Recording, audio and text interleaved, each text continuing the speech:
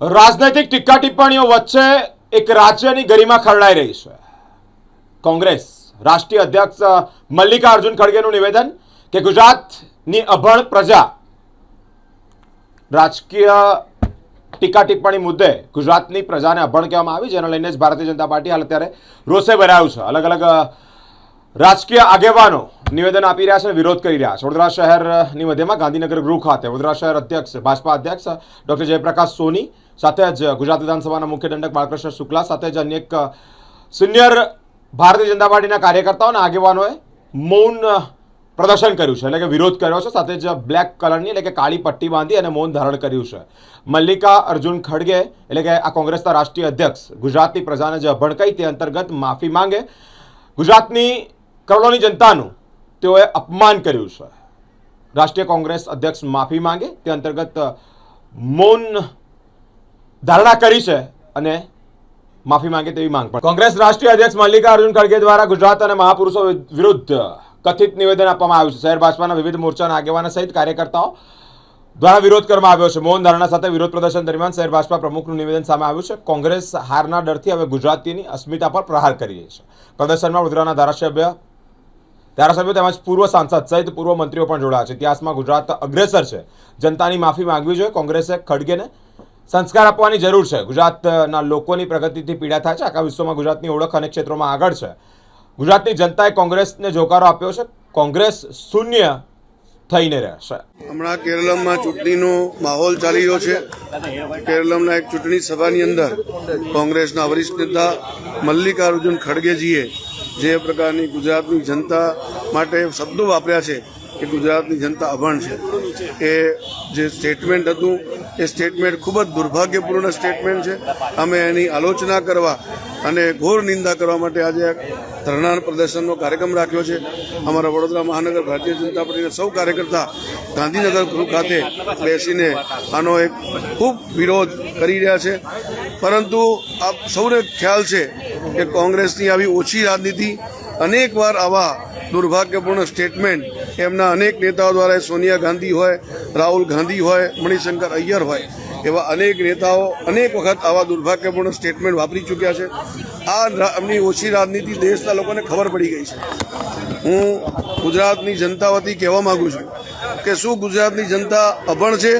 તો અમારા ત્યાં જે મહાપુરુષો જન્મ લીધો હતો, મહાત્મા ગાંધી હોય, સરદાર વલ્લભભાઈ પટેલ હોય, ઝવેરચંદ મેઘાણી હોય, એવા અનેક મહાપુરુષો ગુજરાતની જનતામાં જન્મ લીધો, તો શું તમે બધાને અભણ માનો છો? ગુજરાતનો આ જે ઇતિહાસ જુઓ તો કલા હોય, સાહિત્ય હોય કે કોઈ પણ ક્ષેત્ર હોય, ખાસ કરીને વેપાર ઉદ્યોગ ક્ષેત્રમાં પણ આપણા ઇતિહાસમાં પણ ગુજરાત અગ્રેસર હતું. આજે પણ પૂરા વિશ્વની અંદર વેપાર ધંધામાં ગુજરાત અગ્રેસર છે. તો જ્યારે આવું અગ્રેસર રાજ્ય હોય એની જનતાને તમે એક વાક્યમાં ઇલિટરેટ કહી દો, કેટલું દુર્ભાગ્યપૂર્ણ છે. ખરેખર તો જનતાની માફી માંગવી જોઈએ. દેશની જનતા અને ગુજરાતની જનતા એમની પાસે અપેક્ષા કરે છે કે તમે સિનિયર નેતા છો, દેશની સમક્ષ માફી માંગો કે આવા સ્ટેટમેન્ટ કદાપી ના અપાય. અને હું તો કહું, એમને કોંગ્રેસને તો સંસ્કાર આપવાની જરૂર છે. હમણાં બિહારની અંદર જ્યાં ચૂંટણી હતી ત્યારે પણ મોદીજીના માતાજી પર જે અપમાનજનક શબ્દો બોલ્યા હતા, તો આવું તો એમને ટેવ પડી ગઈ છે. તો ખરેખર તો ભારતના લોકો સમજી ગયા છે કે કોંગ્રેસની આવી ઓછી રાજનીતિ છે, એટલે કોંગ્રેસને ચલાવી નહીં લેવામાં આવે. અને અમે અહીંયાથી અપીલ કરીએ છીએ કે દેશ અને ગુજરાતની જનતાની સામે માફી માંગે. ગુજરાતની દિશા આવે છે લોકોને, નેતાઓને એમને એવું લાગે છે કે ગુજરાતના લોકો કદાચ એમને પીડા થતી હશે જોઈને પ્રગતિની, અને એ જ્યાંથી આવે છે ત્યાં બહુ દુર્દશા હશે, એટલે એવું લાગતું હોય, એટલે સ્વાભાવિકપણે મનમાં આવેલું વાત જે છે બોલી નાખ્યું હોય જાહેરમાં. પણ સિનિયર નેતા તરીકે આટલી ઉંમરલાયક વ્યક્તિ તમે છો, બીજા બધા તો બોલે સમજી શકાય, પણ તમે આવા સિનિયર નેતા અધ્યક્ષ તરીકે આવી બધી વાતો કરો, એ ગુજરાતની જનતા હોય કે ભારતની જનતા હોય, સૌ બધા સમજે છે. તમે એમને ઇન્વાઇટ કરો છો કે આઈને જોઈ જાઓ ગુજરાત? અમારે ઇન્વાઇટ કરવાની જરૂર નથી. ભારતની અંદર રહેલું રાજ્ય ગુજરાત છે, આવીને જોઈ શકે છે. અને જોઈશું, આખા વિશ્વની અંદર ગુજરાતની ઓળખ છે. અને આપણે કહેવામાં જરાય આપણને એ નથી કે ગુજરાત હંમેશા ભારતની રાજનીતિમાં હોય કે અર્થતંત્રમાં હોય કે અનેક ક્ષેત્રમાં હોય, બહુ મોટું યોગદાન ગુજરાતે આપ્યું છે એ ભૂલવું ના જોઈએ. આવનારા સમયમાં ઇલેક્શન છે તો ગુજરાતની જનતા જાકારો આપશે આ લોકોને? પહેલેથી જાકારો આપી દીધેલો છે. હાંસિયામાં તો ધકેલાઈ ગયા છે, પણ હવે શૂન્ય તરફ પ્રયાણ છે. આટલું ધ્યાન રાખીએ.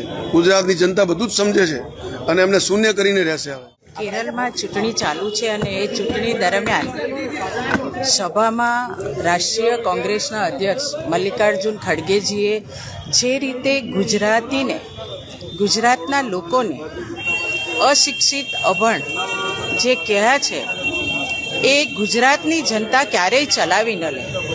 ગુજરાતના લોકો આ ગાંધીજીનું ગુજરાત છે, સરદાર વલ્લભભાઈ પટેલનું ગુજરાત છે, ગુજરાતના કવિઓ ભણેલા છે, ગુજરાતના લેખકો ભણેલા છે, કેટલીય ગુજરાતી સંસ્કૃતિ પર ભણેલા લોકોએ વિસ્તાર કર્યો છે. લેખકોએ જ્યારે કવિતા લખી છે. આપણા સારાભાઈ વડોદરાના જે વિક્રમ સારાભાઈ, જેમણે વૈજ્ઞાનિક તરીકે એટલે પહેલાં સર્વપ્રથમ વૈજ્ઞાનિક ઈસરોની સ્થાપના સારાભાઈએ કરી છે. અને આવા શિક્ષિત લોકો અત્યારે નહીં, પહેલેથી ગુજરાતમાં છે. ખડગેજીને કદાચ ખબર નહીં હોય, ગુજરાતની પૂર્વ ભૂમિકા ખબર નહીં હોય, ગુજરાતની ભૌગોલિક સ્થિતિની ખબર નહીં હોય, એ ગુજરાત જોયું જ નથી. ને આ કોંગ્રેસના સંસ્કાર છે.